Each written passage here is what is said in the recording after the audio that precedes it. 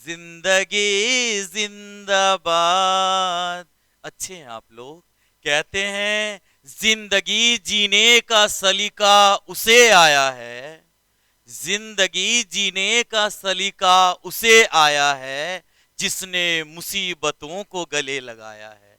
आइए जिंदगी के इस मुश्किलों को हम लोग आसान करते हैं, पढ़ने का कोई आसान सा तरीका निकालते हैं। जैसा कि ज्ञात होना चाहिए कि भारतीय संविधान में 395 अनुच्छेद है। अगर उप अनुच्छेदों को जोड़ दे तब इसकी संख्या 450 से अधिक होती है, जिसमें क ख या ए बी सी डी लिखा होता है। तो हम लोग आज 395 अनुच्छेद के महत्वपूर्ण बिंदुओं को आइए फटाफट जानते हैं। भारतीय संविधान के अनुच्छेद, सबसे पहले भाग 1 के अनुच्छेद के बारे में बात करते हैं, जो 1 से 4 तक है। अनुच्छेद 1 कहता है भारत अर्थात इंडिया राज्यों का संघ है। ध्यान रखा जाना चाहिए कि अपना भारत जो है वो राज्यों का कैसा संघ है, तो विनाशी राज्यों का अविनाशी संघ है। इसका अर्थ क्या हुआ कि एक राज्य दूसरे राज्य से अलग तो हो सकता है, लेकिन कोई राज्य अपने भारत देश से अलग नहीं हो सकता है। दूसरा अनुच्छेद क्या कहता है कि दूसरा क्षेत्र जो भारत का अंग नहीं है उसे संसद भारत का अंग बना सकता है। तो दूसरा से याद रखेंगे, दूसरा क्षेत्र जो भारत का अंग नहीं है, जैसे उदाहरण के लिए लाहौर को क्या करते हैं कि अगर उसे भारत का राज्य बनाना है तो इसको कौन बना सकता है? संसद। किस अनुच्छेद के तहत बना सकता है? 2 के तहत। जैसे सिक्किम को बनाया था। इसी तरह से अनुच्छेद 3 में 3 काम होगा। क्या काम होगा 3 जो संसद कर सकती है? भारत के राज्यों का बंटवारा कर सकती है, भारत के राज्यों के सीमा में परिवर्तन कर सकती है, और राज्यों के नाम में परिवर्तन कर सकती है। तो बोलिए 3 में 3 काम कौन करेगी? संसद करेगी। 4 में क्या हम लोग ध्यान में रखेंगे कि अनुच्छेद 2 और 3 में जो परिवर्तन करने में अनुसूची 1 और 4 में परिवर्तन होगा, और अनुच्छेद 2 और 3 का संशोधन अनुच्छेद 368 के तहत नहीं माना जाएगा। ये 4 व्याख्या करता है किसका? अनुच्छेद 2 और 3 के बारे में। ध्यान में रखेंगे, ये बहुत आसानी से याद रख लेंगे। एक संघ, 2 को बनाएंगे अंग, 3 में करिए राज के भंग, और 4 में चढ़ा दीजिए रंग। इसका मतलब थोड़ा सा ध्यान दीजिएगा। अनुसूची 1 में जैसे आप लोग को ज्ञात होना चाहिए कि अनुच्छेद 1 क्या कहता है। अनुच्छेद 1 ये कहता है कि भारत अर्थात इंडिया राज्यों का संघ है। याद रखा जाना चाहिए। अंग्रेजी में से कहा गया है क्या? इंडिया अर्थात भारत। पहले अगर पूछेगा हिंदी में तो भारत अर्थात इंडिया, अंग्रेजी में इंडिया अर्थात भारत लिखा गया है, ठीक है ना। तो कौन कौन इस संघ में शामिल होगा, उन राज्यों का नाम जो है वो अनुसूची 1 में लिखा है। तो बताइए, अगर अनुच्छेद 2 और 3 के तहत में अगर किसी राज्य का बंटवारा होने पर नया राज्य बनेगा और भारत का सीमा में परिवर्तन या राज्यों के नाम में परिवर्तन होगा, चाहे दूसरा कोई अंग को भारत का अंग बना लिए गए हैं, तो अनुसूची 1 में तो परिवर्तन करना पड़ेगा। राज्य अगर बढ़ जाता है तो राज्यसभा में सीटों का जो बंटवारा है जो अनुसूची 4 कहता है तो उसके तहत आएगा। इसीलिए अनुच्छेद 4 में इसका उल्लेख किया गया। भाग 2 में नागरिकता है, और ज्ञात होना चाहिए इसमें 5 से लेकर के अनुच्छेद 11 तक है। 5 में प्रावधान दिया है किसका? नागरिकता। 5 में 5 प्रावधान है नागरिकता का। 6 से याद रखिए, छोड़कर पाकिस्तान को हिंदुस्तान आए। तो जो पाकिस्तान को छोड़कर हिंदुस्तान आए उनको नागरिकता देता है अनुच्छेद 6। 7, 7 भारत, 7 में क्या कहता है? 7 भारत का छोड़कर जो पाकिस्तान चला गया है उसकी नागरिकता क्या कर दी गई? समाप्त। 8 क्या कहता है? आ विदेश से भारत आ, तो विदेश से भारत आने वाले को नागरिकता की बात अनुच्छेद 8 में है। 9 नहीं रहेगा उसकी नागरिकता जिसने विदेशी नागरिकता ले ली है। 10 कहता है 10 देश में रहने वाले को नागरिकता का अधिकार दिया जाएगा। और 11 में नागरिकता संबंधी संशोधन करने का अधिकार किसके पास है? संसद के पास है। तो ये जान पाए हम लोग। अच्छा, भारत में कैसी नागरिकता है? एकल नागरिकता है। एकल नागरिकता कहां से लिया गया है? ब्रिटेन से लिया गया है। नेक्स्ट जानते हैं भाग 3 में मौलिक अधिकार, जो अनुच्छेद 12 से लेकर के 35 तक है। अनुच्छेद 12 जो है वो क्या करता है? राज्य का परिभाषा देता है। राज का परिभाषा देता है, इसका मतलब मौलिक अधिकारों का हनन करने वाले राज्य की यहाँ बारे बात की जा रही है कि कौन कौन आपके मौलिक अधिकारों का हनन नहीं कर सकता है। और 13 क्या कहता है, राज्य मौलिक अधिकारों का हनन नहीं कर सकता है। आप इसे याद रख सकते हैं, 13 जो 13 है सो 13 है, यानी मौलिक अधिकार 13 है, उसका हनन नहीं करेगा। मौलिक अधिकार कहां से लिया गया है, तो मौलिक अधिकार अमेरिका के संविधान से लिया गया है। मौलिक अधिकार संबंधी जो भाग 3 है उसे भारतीय संविधान का मैग्ना कार्टा कहते हैं। मैग्ना कार्टा का मतलब ही होता है अधिकार पत्र। ध्यान में रखा जाना चाहिए, समस्त शोध संस्कृति के उपचार लागी, तो अगर इसको बोलेंगे तो मौलिक अधिकार की संख्या पता चलेगा। मूल संविधान में मौलिक अधिकारों की संख्या 7 थी, लेकिन वर्तमान में मौलिक अधिकारों की संख्या 6 है। संपत्ति का अधिकार जो था, जिसे 44वां संविधान संशोधन अधिनियम 1978 के तहत में कानूनी अधिकार बना दिया गया, मौलिक अधिकार से हटा करके। तो हम लोग जानने वाले हैं क्या, समानता का अधिकार, समस्त में सम से लेंगे समानता का अधिकार, सत से लेंगे स्वतंत्रता का अधिकार, सो से लेंगे शोषण के विरुद्ध अधिकार, ध से लेंगे धार्मिक स्वतंत्रता का अधिकार, फिर संस्कृति एवं शिक्षा का अधिकार, और उपचार से संवैधानिक उपचारों का अधिकार। आइए हम लोग जानते हैं इसके बारे में और क्या क्या उल्लेख दिया है। समानता का अधिकार, जिसे आप समता का अधिकार कह सकते हैं, अनुच्छेद 14 से लेकर के 18 तक है, इसको याद रख सकते हैं। विधि रे तोर जाति जे हो, रोजे सटबो उपाधि के अंत करबो। तो विधि, विधि यानी कि कानून के समक्ष सब समान है। 15 क्या आता है, जाति धर्म लिंग नस्ल वंश जन्म स्थान के आधार पर भेदभाव नहीं कर सकते हैं। 16 रोजगार में समानता के बारे बात करता है। 17 तो सटबो यानी कि छुआछूत यानी अस्पृश्यता का क्या किया गया है, अंत किया गया है। 18 अच्छा, मौलिक अधिकारों का प्रयोग भी मर्यादा में करना है, सीमा में रह के कहना है, दायरा से बाहर नहीं करना है। इसीलिए पता होना चाहिए अपनी लाठी उतना ही दूर घुमाना है जिससे दूसरों को चोट ना लगे। अब कह रहा है सटवो, तो ऐसा नहीं कि जिसके मनुष्य के साथ सटते जाना है, कहने का अर्थ है भेदभाव नहीं करना है, ये इसका अर्थ हुआ। 18 में उपाधियों का अंत किया गया। पहले जैसे नाइटहुड की उपाधि मिलती थी, राजा की उपाधि मिलती थी, तो लेकिन याद रखेंगे 18 में भारत रत्न एवं पद्म पुरस्कार अनुच्छेद 18 के तहत दिया जाता है। चलिए नेक्स्ट है स्वतंत्रता का अधिकार। स्वतंत्रता के अधिकार 19 से लेकर के 22 अनुच्छेद तक में है। अनुच्छेद 19 के हम लोग देख पाएंगे जिसमें से 7 प्रकार की स्वतंत्रता दी गई थी, जो एक हट गया है, और इस तरह से अभी इसमें 6 प्रकार की स्वतंत्रता के बारे बात है। आइए क्या क्या है देखते हैं हम लोग। तो अगर बात करता है किसके बारे में, अनुच्छेद 19 के बारे में, कौन कौन सी स्वतंत्रता है, आइए देखते हैं फटाफट। 19 के 1 में ही आप लोगों को पता होना चाहिए प्रेस की स्वतंत्रता है, और इसी में झंडा फहराने के अधिकार को मौलिक अधिकार का दर्जा दिया गया है। 19 के क से याद रखिए कहने की स्वतंत्रता। ख ख ख ख खड़ा होकर सभा करने की आजादी। खड़ा होकर के मतलब थोड़ा सा जोड़ लिए ख से, खड़ा होकर के। कहने की स्वतंत्रता मतलब बोलने की स्वतंत्रता यानी अभिव्यक्ति की आजादी के बारे में बात करता है। ग से गठन करना है, किसका, संगठन का। इसके बाद घ बोलेगा तो घूमने की आजादी। भारत में घ घ घ घ घूमने की आजादी, कहीं भी घूमने की आजादी। अंगा बोलना है तो अंग बन सकते हैं, यानी कहीं घूमने गए हैं भारत में, कहीं भी बस सकते हैं। और च से चल गया, संपत्ति का अधिकार, अनुच्छेद 300 के क में, यानी यही 19 का जो च है इसको निरसित कर दिया गया है। और 6 में छोला भटूरा बेचे की आजादी, अर्थात आजीविका के लिए आपको क्या किया गया है, आजादी दिया गया है, आप कुछ भी अपना व्यवसाय चुन सकते हैं। 20 कह रहा है क्या, कि मन बिसा गया बाय द वे और अपराध कर लिए हैं, अर्थात अपराध के लिए दोष सिद्धि का अधिकार है। लेकिन इसमें भी आपको कुछ स्वतंत्रता दी गई है, क्या, कि एक अपराध के लिए एक ही सजा दी जाएगी।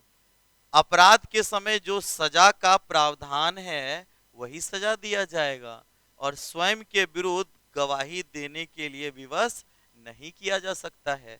ये स्वतंत्रता आपको मिलती है अपराध के लिए दोष सिद्धि। अनुच्छेद 21 प्राणों एवं दैहिक स्वतंत्रता की बारे बात करता है, और यही जीने का अधिकार आपको देता है। 21 के क के बारे बात करेंगे तो शिक्षा के अधिकार को मौलिक अधिकार बनाया गया। 86वां 86वां संविधान संशोधन 2002 में। और 22 में कहें 22 में बंदी के समय संरक्षण, क्या बंदी बनाने का कारण बताना पड़ेगा। 24 घंटे के अंदर बंदी को अदालत में पेश करना पड़ता है आने जाने के समय को छोड़ करके, और बंदी अपना मनपसंद वकील रख सकता है। तो ये हम लोग देख पाए 22 के बारे में। नेक्स्ट देखते हैं। अनुच्छेद याद रखना बहुत ही आसान है क्योंकि एक क्रमबद्ध तरीके से ये चलता जाता है। थोड़ा सा क्या करेंगे, ध्यान से सुनेंगे तो याद हो जाएगा। 23 और 24 क्या है, शोषण के विरुद्ध अधिकार है। तो आइए देखते हैं शोषण के विरुद्ध अधिकार जो है क्या क्या है। अनुच्छेद 23 और 24। 23 का होता है बलात् श्रम पर रोक, और बलात् माने बलपूर्वक किसी से श्रम नहीं करा सकते हैं। बंधुआ मजदूरी पर रोक लगाया गया, और मानव तस्करी पर क्या किया गया, रोक लगाया गया। 24 क्या है, बाल श्रम पर रोक। 23 बलात्, 24 बाल श्रम पर रोक। 14 वर्ष से कम उम्र के बच्चों को बाल श्रम कराने पर रोक है, जोखिम भरे कल कारखानों में उनसे काम नहीं करा सकते हैं। नेक्स्ट हम लोग देखने वाले हैं धार्मिक स्वतंत्रता। 25 से लेकर के 28 तक है। 25 कहता है 25 जे पच रुचह, उसी धर्म को मानिए। 25 कोई भी धर्म मानने की आजादी, और अनुच्छेद 25 के तहत ही हिंदुओं को तिलक टिक्का करने की आजादी, और जो सिख धर्म के लोग होते हैं जो कृपान रखते हैं, छोटा सा चाकू का रूप मुड़ा हुआ रहता है, इसी के तहत वो आजादी दी गई है। 26 में छपा के प्रचार प्रसार करे। 26 छपा के प्रचार प्रसार, तो धर्म का प्रचार प्रसार की आजादी अनुच्छेद 26 देता है। 27 के बारे में बात करेंगे। 27 तो धार्मिक चंदा पर कर नहीं लगेगा, यानी चंदा जो आया है 27 सताना नहीं है उसका पैसा को लेकर के। और 28 में सरकारी शैक्षणिक संस्थानों में धार्मिक शिक्षा नहीं दिया जाएगा। ध्यान में रखेंगे सभी लोग। अब देखते हैं संस्कृति एवं शिक्षा का अधिकार जो अनुच्छेद 29 और 30 में है। अनुच्छेद 29 अल्पसंख्यकों के हितों का संरक्षण करता है, और अल्पसंख्यकों को अपनी भाषा, लिपि एवं संस्कृति को बनाए रखने का अधिकार देता है। कौन? 29। और इसीलिए 30 में अल्पसंख्यकों को अपना शैक्षणिक संस्थान की स्थापना करने का अधिकार है। इसी के तहत में मदरसा का स्थापना किया जाता है। चूंकि भारत विविधताओं का देश है, इसकी विविधता बरकरार रहे, इसीलिए उसी के लिए उसके अपने शैक्षणिक संस्थान होना चाहिए। और ये आजादी कौन देता है? अनुच्छेद 30 उन्हें ये अधिकार देता है। भारत में अल्पसंख्यक कौन कौन से हैं? मुस्लिम, सिख, ईसाई, बौद्ध, जैन और पारसी। अनुच्छेद 31 में संपत्ति का अधिकार था, जिसे निरसित कर दिया गया है। कौन से संविधान संशोधन में? 44वां संविधान संशोधन। अनुच्छेद 32 कहेंगे तो संवैधानिक उपचारों का अधिकार है। अंबेडकर इसे आत्मा एवं हृदय कहे थे। लेकिन अगर पूछेगा संविधान का आत्मा किसे कहते हैं, तो प्रस्तावना को कहते हैं, जिसको कौन बोले थे? ठाकुरदास भार्गव ने कहा था। इसी अनुच्छेद के तहत सर्वोच्च न्यायालय कई प्रकार का रीट जारी करता है? 5 प्रकार का रीट जारी करता है। और अनुच्छेद 226 के तहत में कौन रीट जारी करेगा? हाई कोर्ट रीट जारी करता है। रीट क्या है? न्यायिक आदेश है। न्यायिक आदेश मतलब न्यायालय द्वारा दिया गया आदेश है। जब आपके मौलिक अधिकारों का कोई हनन करता है तो अदालत इसे लागू करने के लिए जारी करता है। कौन अदालत करेगा? सुप्रीम कोर्ट या तो फिर हाई कोर्ट, दोनों को ही अधिकार मिला है। 5 प्रकार के रीट कैसे याद रखेंगे? बड़ा आसान है। प प्र प्र प्री ओ हो गया। प से परमादेश, परमादेश। उसके बाद बोलेंगे प्र तो प्रत्यक्षीकरण, बंदी प्रत्यक्षीकरण। फिर अगला बोलेंगे प्र तो अगला प्र से क्या होगा? प्रतिषेध। फिर आएगा क्या? प्री, पृच्छा, अधिकार पृच्छा। और एक आता है क्या? ओ, उत्प्रेषण रीट। परमादेश क्या होता है? परमादेश याद रखा जाना चाहिए, जब कोई सरकारी जो व्यक्ति है, सरकारी अधिकारी है, जब वो अपने कर्तव्यों का निर्वहन ठीक से नहीं करता है, तब जाकर के उसे न्यायालय द्वारा जो रीट जारी किया जाता है उसे परमादेश, परम आदेश मिला है, बड़ा आदेश मिला है कि तुम अपने कर्तव्यों का निर्वहन ठीक से करो, तो ये सरकारी व्यक्ति के नाम जारी होता है।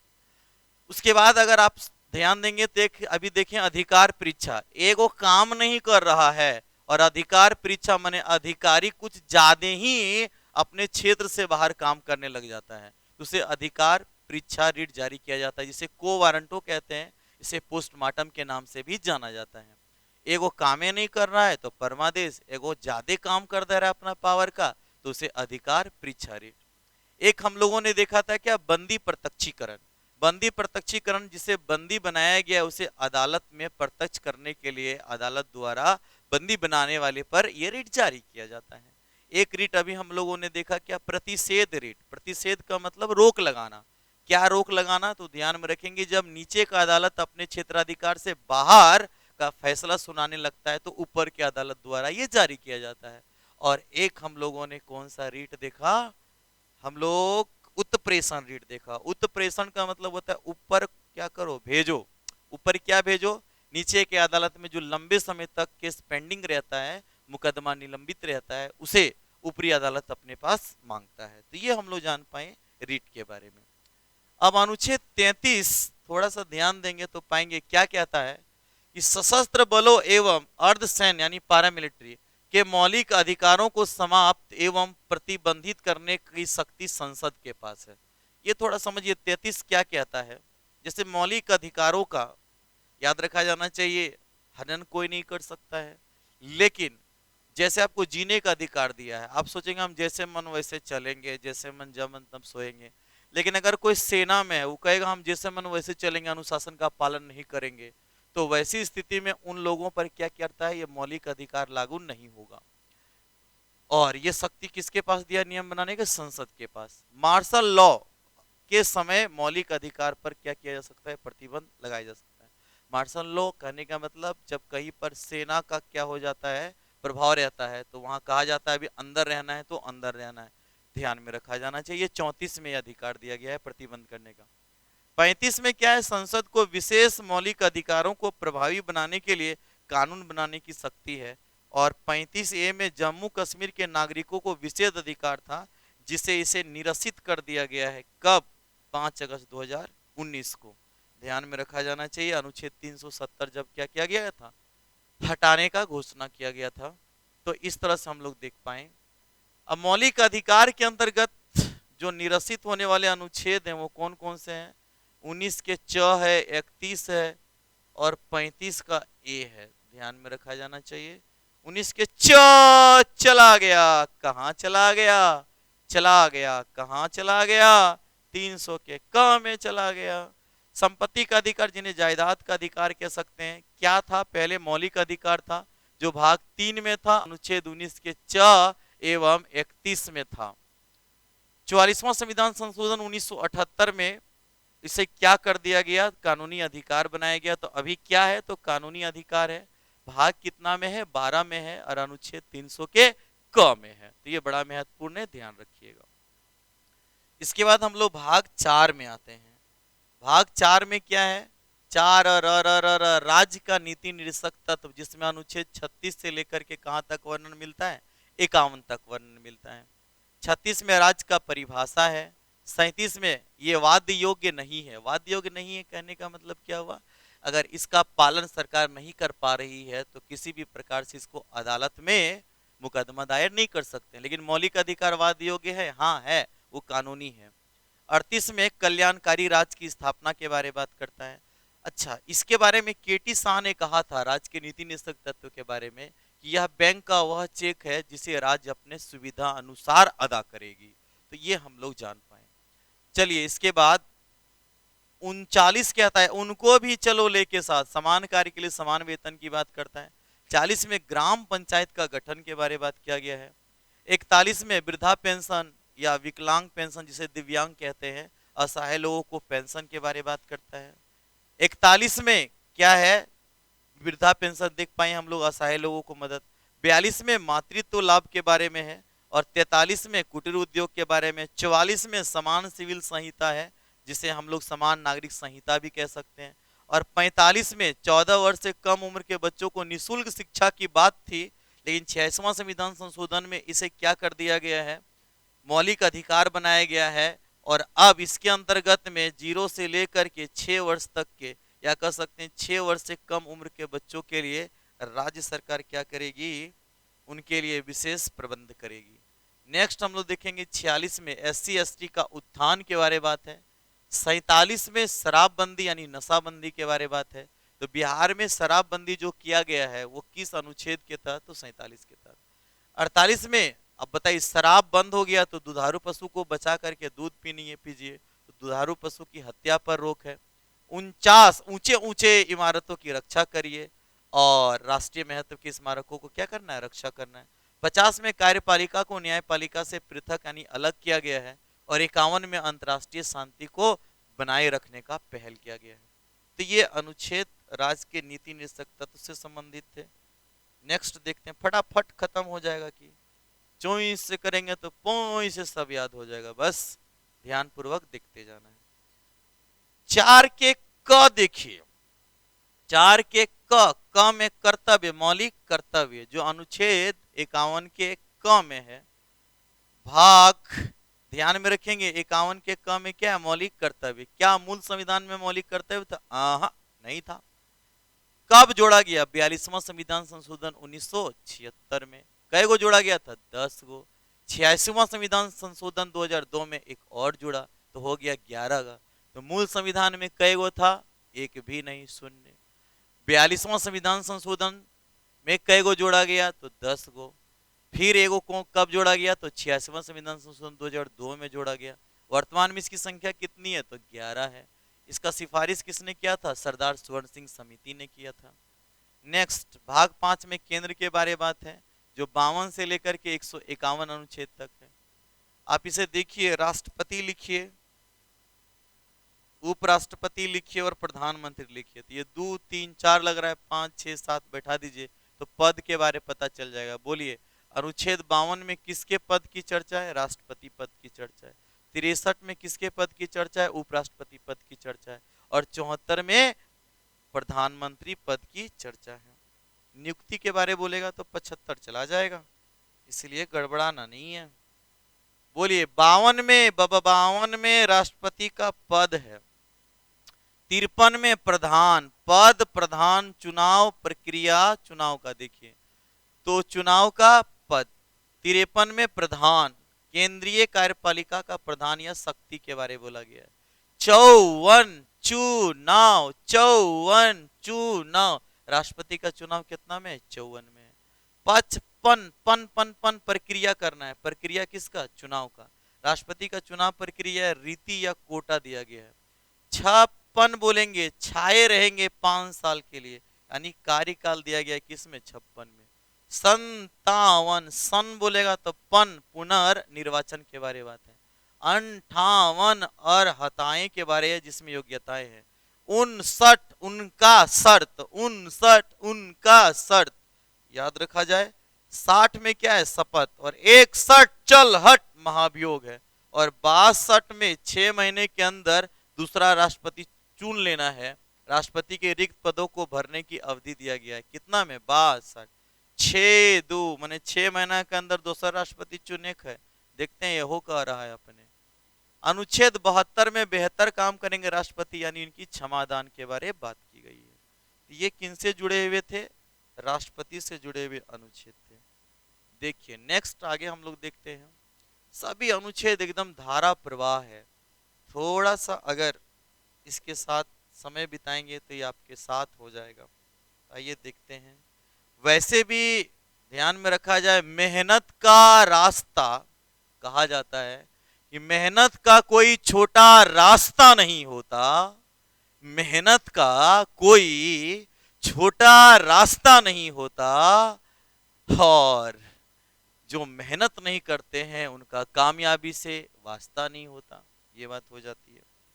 चलिए, उपराष्ट्रपति से जुड़े अनुच्छेद 63 से लेकर के 70 तक में हम लोग इसमें देखेंगे। 63 में उपराष्ट्रपति पद है। 64 में पदेन होते हैं। उपराष्ट्रपति राज्यसभा के पदेन सभापति होते हैं। ये किसमें? 64 में। 65 पहना करके बना दीजिए कार्यवाहक राष्ट्रपति। उपराष्ट्रपति का कार्यवाहक राष्ट्रपति होना है। 66 में उपराष्ट्रपति का निर्वाचन है। और 67 में उनका क्या है? कार्यकाल है। उपराष्ट्रपति का 5 वर्ष का कार्यकाल। 68 में रिक्त पद, उपराष्ट्रपति के रिक्त पद को कितने? 6 महीने के अंदर भरना होता है। 69 में उनके शपथ की चर्चा है। और 70 में आकस्मिक कार्य का चर्चा है। अनुच्छेद 71 में राष्ट्रपति एवं उपराष्ट्रपति के चुनाव संबंधी विवाद का सुलह कौन करता है? सर्वोच्च न्यायालय करता है। इसके विषय में दिया गया है। तो बोलिए, पद पदेन का निर्वाचन करे शपथ लेके आकस्मिक, इसमें निकल जाएगा पद 63 में, पदेन 64 में, कार्यवाहक राष्ट्रपति 65, निर्वाचन 66, करे क से कार्यकाल 67 में, रे से रिक्ति 68 में, शपथ 69 में और आकस्मिक वाला चला जाएगा 70 में। 72 में देखिए क्षमादान था। अब 73 से लेकर के 88 तक के अनुच्छेद को देखिए, फटाफट हम लोग देख लेते हैं। 73 में केंद्रीय कार्यपालिका की शक्ति का विस्तार है। 74 में क्या है? केंद्रीय मंत्री परिषद एवं प्रधानमंत्री पद की चर्चा है। इसी में बोला गया राष्ट्रपति को सलाह देने के लिए केंद्रीय मंत्री परिषद होगा, जिसके प्रधान या जिसके प्रमुख, जिसके मुखिया कौन होंगे? प्रधानमंत्री होंगे। 75 में केंद्रीय मंत्री परिषद एवं प्रधानमंत्री की नियुक्ति किनके द्वारा किया जाता है? राष्ट्रपति द्वारा। केंद्र स्तर के कोई भी मंत्री की नियुक्ति कौन करते हैं? राष्ट्रपति करते हैं। किनकी सलाह पर करते हैं? प्रधानमंत्री की सलाह पर। प्रधानमंत्री कौन होते हैं? राष्ट्रपति के प्रधान सलाहकार होते हैं। 76 में महान्यायवादी, चूंकि ये नेता लोग तो सब संविधान पढ़ के गए नहीं रहते, सभी कार्य संविधान के अनुरूप हो, इसलिए केंद्र सरकार को एक कानूनी सलाहकार की जरूरत पड़ती है, जिसे भारत के प्रथम विधि अधिकारी कहते हैं। 76 में महान्यायवादी की चर्चा है। 77 में 77 सत्ता का संचालन होने लगेगा। 77 में केंद्रीय सत्ता के बारे में बात कर रहे हैं। 78 में क्या है? प्रधानमंत्री द्वारा राष्ट्रपति को सरकार की सूचना दी जाती है, यानी प्रधानमंत्री क्या करते हैं? केंद्रीय मंत्री परिषद और राष्ट्रपति के बीच में सेतु का काम करते हैं। संसद, सन 7-9 पर क्या है? संसद।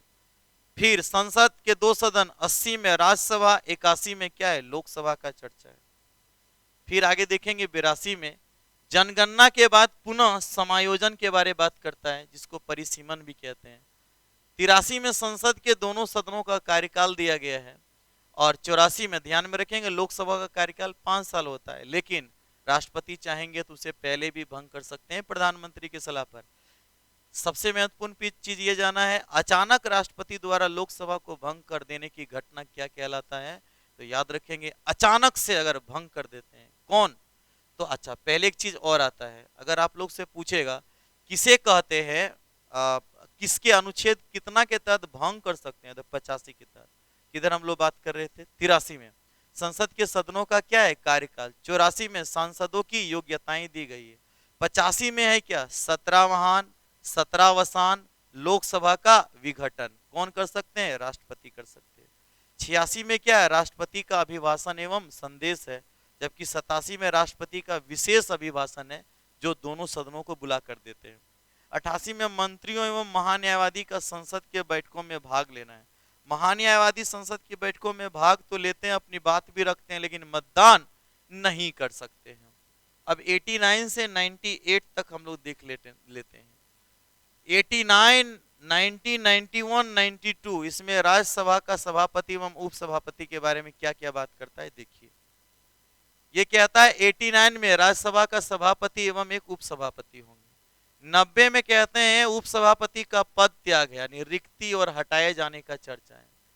91 में पद धारण के बारे में चर्चा है, तो पद त्याग, पद धारण, पदासीन ना होना। तो पद धारण क्या है? सभापति की अनुपस्थिति में उपसभापति की कार्य शक्ति, यानी कार्यवाहक सभापति होते हैं। कितना के तहत में? 91 के तहत में। कौन होते हैं? तो उपसभापति। 92 कहता है पदासीन ना होना, माने इन्हें हटाने की प्रक्रिया चल रहा हो तो ये पीठासीन नहीं होते हैं। किन्हें? अगर सभापति या तो उपसभापति को हटाने की प्रक्रिया चल रही होती है, तब की बात है। लोकसभा का अध्यक्ष और उपाध्यक्ष के बारे में चर्चा मिलेगा आपको कहां से? 93 से लेकर के 96 तक में पद की चर्चा है। 93 में जो लोकसभा का अध्यक्ष एवं उपाध्यक्ष का पद का जिक्र करता है। 94 में हम लोग जान पाएंगे क्या? अध्यक्ष एवं उपाध्यक्ष का पद त्याग, रिक्ति हटाए जाना। ध्यान में रखेंगे लोकसभा का अध्यक्ष और उपाध्यक्ष पद के लिए क्या होता है? शपथ नहीं होता है। अध्यक्ष इस्तीफा देते हैं उपाध्यक्ष को, उपाध्यक्ष देते हैं किनको? अध्यक्ष को।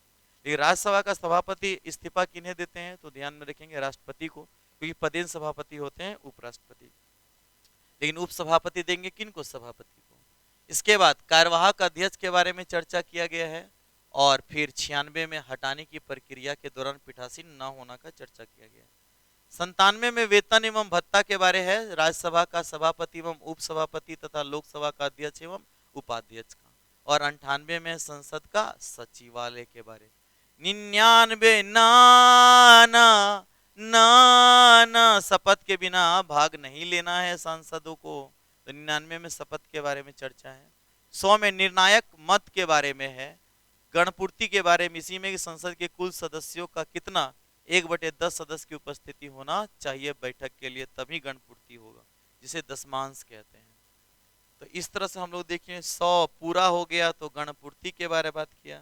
100 50-50 वोट हो जाता है तो सदन का जो अध्यक्षता कर रहे होते हैं तभी वो क्या करते हैं, वोट देते हैं, अन्यथा उन्हें वोट देने का अधिकार नहीं है।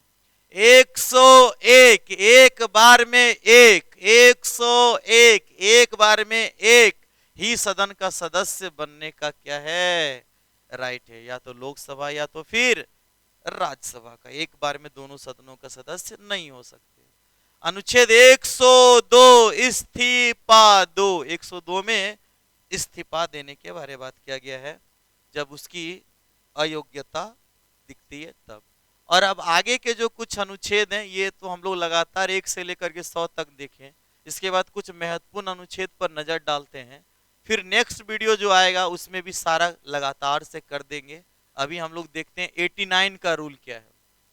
89 रूल क्या है, अनुच्छेद 72 से एक बहुत अच्छा नियम चलता है। क्या नियम चलता है, 89 जोड़ देंगे तो राज्य वाला निकल जाता है ना, मजेदार। आइए देखते हैं। 72 में क्षमादान है, किसका, राष्ट्रपति का। इसमें 89 जोड़ दीजिए तो 161 हो जाएगा, राज्यपाल का क्षमादान है। तो याद रखेंगे 72 में राष्ट्रपति का क्षमादान और 161 में किसका क्षमादान है, राज्यपाल का। राष्ट्रपति और राज्यपाल के क्षमादान में एक फर्क ये है कि राष्ट्रपति क्या कर सकते हैं, मृत्यु दंड को माफ कर सकते हैं, लेकिन राज्यपाल नहीं कर सकते हैं। 73 में देखिए, इसमें 89 जोड़िए तो 162 आएगा। तो संघ कार्यकारी शक्ति की सीमा या विस्तार दिया गया है और 162 में राज्य कार्यकारी शक्ति का विस्तार दिया गया है। बिल्कुल ये को याद रखिए, दोनों होने लगेगा। 74 में केंद्रीय मंत्री परिषद के बारे है, जबकि 89 अगर इसमें जोड़ते हैं हम लोग, इसमें 89 जोड़ेंगे तो कितना आ जाएगा, 163। तो 163 में राजकीय मंत्री परिषद के बारे में बात है। इसी में मुख्यमंत्री का चर्चा है, ध्यान में रखा जाना चाहिए। इसके बाद 75 में केंद्रीय मंत्री परिषद एवं प्रधानमंत्री की नियुक्ति राष्ट्रपति द्वारा की जाती है, जबकि 89 जोड़ेंगे तो 164 आएगा। ये राजकीय मंत्री परिषद और मुख्यमंत्री की नियुक्ति किसके द्वारा, राज्यपाल द्वारा की जाती है। कितना अनुच्छेद के तहत, 164। एक चीज और ध्यान में रखना है, राज्यपाल का अगर आप लोग से पूछता है पद का बारे बोलेगा तो राज्यपाल का पद कितना में है, पद बोला तो 153 में, लेकिन अगर उनकी नियुक्ति बोलती है तो 155 में नियुक्ति है, किनका, राज्यपाल का। ये ध्यान रखिएगा, ठीक है। ये सबसे महत्वपूर्ण बिंदु है। राज्यपाल का पद कहां से लिया गया है, तो कनाडा से लिया गया है। राज्यपाल की क्या होती है, नियुक्ति होती है। आइए अब इसमें देखते हैं 75 तो देख लिए हम लोग। इसके बाद 76 में क्या था, महान्यायवादी था। 76 में 89 जोड़ेंगे तो 165 में चलेंगे, महाधिवक्ता। ये राज्य के कानूनी अधिकारी होते हैं, राज्य सरकार को कानूनी सलाह देते हैं। 77 में 89 जोड़ेंगे 166। तो बोलिए 77 में भारत सरकार के कार्यों का संचालन था, 166 में क्या होगा, राज्य सरकार के कार्यों का संचालन। 78 में क्या था, इसमें 89 जोड़ेंगे तो 167 पहुंच जाएंगे। प्रधानमंत्री, राष्ट्रपति और केंद्रीय मंत्री परिषद के कड़ी होते हैं, सेतु होते हैं। और 167 के तहत में मुख्यमंत्री क्या होंगे, राज्यपाल और राजकीय मंत्री परिषद के बीच के कड़ी होंगे। 79 में संसद था, संसद के कई सदन थे, राज्यसभा लोकसभा। हम लोग देख पाए थे राज्यसभा का चर्चा 80 में था, लोकसभा का 81 में था। अगर हम इसमें 89 जोड़ देते हैं तो 168 में विधानमंडल का चर्चा है। और विधान परिषद और विधानसभा इसके दो सदन होते हैं, जो 169 और 170 में इसकी चर्चा की गई है। नेक्स्ट 85 में राष्ट्रपति द्वारा संसद का 17 वाहन 17 अवसान और भंग करने की बात था। इसमें 89 जोड़ेंगे तो 174 में राज्यपाल द्वारा विधानमंडल का क्या हो जाएगा, ये ध्यान में रखेंगे। अच्छा, लोकसभा का कार्यकाल कितना होता है, 5 साल के लिए होता है, ध्यान में रखिएगा। लेकिन राज्यसभा का कार्यकाल क्योंकि वो कभी भंग नहीं होता, स्थायी सदन है, ध्यान में रखिएगा। इसी तरह से विधान परिषद का कार्यकाल बोलेगा तो वो स्थायी सदन है, भंग नहीं होता है। विधानसभा का कितना होता है? 5 वर्ष होता है। अगर पूछ देता है राज्यसभा या तो विधान परिषद के सदस्यों का कार्यकाल, सदस्य लगाएगा, तब 6 वर्ष मारिएगा। 89 में 89 जोड़ेंगे 178 आएगा। ध्यान में रखेंगे 89 में राज्यसभा का सभापति और उपसभापति का चर्चा है, जबकि 179 में विधानसभा का अध्यक्ष एंड उपाध्यक्ष का चर्चा है। नेक्स्ट देखते हैं 110 में धन विधेयक, केंद्र के धन विधेयक का, जबकि 89 जोड़ेंगे तो 199 में हम लोग पहुंच जाएंगे राज्य के धन विधेयक का चर्चा है। कोई विधेयक धन विधेयक है यानी इसका निर्णय लोकसभा का अध्यक्ष करते हैं और विधानसभा में विधानसभा का अध्यक्ष करेंगे। 111 111 राष्ट्रपति को 3 वीटो पावर दिया गया है, तो राष्ट्रपति का वीटो पावर 111 में 89 जोड़िए 200। राज्यपाल के वीटो पावर का चर्चा किस में किया गया है? 200 में। 1 2 3 अध्यादेश जारी किनके द्वारा? राष्ट्रपति द्वारा। और इसी को थोड़ा सा अंक इधर से इधर कर दीजिए, तो 2 1 3 213 में राज्यपाल द्वारा अध्यादेश। 124 में एससी सुप्रीम कोर्ट का चर्चा है। सुप्रीम कोर्ट का चर्चा कितना में? 124 में। 214 में हाई कोर्ट की चर्चा है। 226 में एससी द्वारा रीट जारी है। 231 कहता है क्या? हाई कोर्ट एक से अधिक राज्यों के लिए, एक से अधिक राज्यों के लिए क्या हो सकता है? एक हाई कोर्ट हो सकता है। देखिए 2-3 राज्य के लिए एक हाई कोर्ट होगा। 243 में पंचायती राज और नगर पालिका का चर्चा है, ध्यान में रखा जाना चाहिए। 246 जनगणना का चर्चा है। अच्छा 243 के पंचायती राज में क से ट वर्गी न, और नगर पालिका बोलेंगे त के य के छ तक में, तई छे। इसके बाद 248 में अवशिष्ट शक्तियां हैं। अवशिष्ट शक्तियां कौन सी शक्तियां होती है? वे शक्तियां होती हैं जिसका ना तो केंद्र सूची में, राज्य सूची में, ना तो समवर्ती सूची में वर्णन है। उस पर कानून कौन बनाती है? केंद्र सरकार बनाती है। 249 में राज्यसभा को एक ऐसी शक्ति है जो राज्य सूची के विषय को क्या कर सकती है? राष्ट्रीय स्तर का कानून बना सकती है। 263 में अंतर्राज्यीय परिषद का चर्चा है, और 200 जब राज्यों के बीच में विवाद होता है तो अंतर्राज्यीय परिषद इसका समाधान करती है। 266 में संचित निधि, केंद्र का भी और राज्य का, संचित निधि पर धन बिना संसद की अनुमति की नहीं निकलती है, जबकि आकस्मिक निधि का 267 के तहत में निकाल के खर्चा किया जा सकता है, लेकिन बाद में इसको एक क्या करना पड़ता है? संसद की अनुमति ली जाती है। तो राष्ट्रपति के आदेश पर इसे निकाला जा सकता है, ध्यान में रखेंगे। और राज्य में बोलेंगे तो राज्यपाल, केंद्र में बोलेंगे तो राष्ट्रपति, ठीक है ना। 267 में किसका चर्चा है? आकस्मिक निधि का। 280 में वित्त आयोग है, ध्यान में रखेंगे। लेकिन अगर बोलेगा राज्य का वित्त आयोग कितना में है, तो 243 के झ में है, 243 के आई में, ये केंद्र का वित्त आयोग है। 300 के क में संपत्ति का अधिकार है। 300 के 12 में राज्यसभा को कोई भी अखिल भारतीय सेवा बनाने का अधिकार है। तो राज्यसभा के पास 2 शक्तियां ऐसी हैं जो लोकसभा से उसे अलग बनाती है, 249 और 312। 315 में यूपीएससी और जो बीपीएससी पढ़ते हैं, मतलब स्टेट पीसीएस का चर्चा है। संघ लोक सेवा आयोग एवं राज्य लोक सेवा आयोग का। 324 में चुनाव आयोग की चर्चा है। 326 में वयस्क मताधिकार का चर्चा है। कौन बताएंगे? राज्य का चुनाव आयोग का चर्चा किसमें है? राज्य का चुनाव आयोग। आप लोग को उत्तर आना चाहिए, कल हम लोग शायद पढ़े भी होंगे और शायद भाग वाला अनुच्छेद में चर्चा भी किए होंगे, और नहीं याद है तो मैं याद करा देता हूं। 243 के ट में है, यानी 243 के में है, 243 के में राज्य वाला।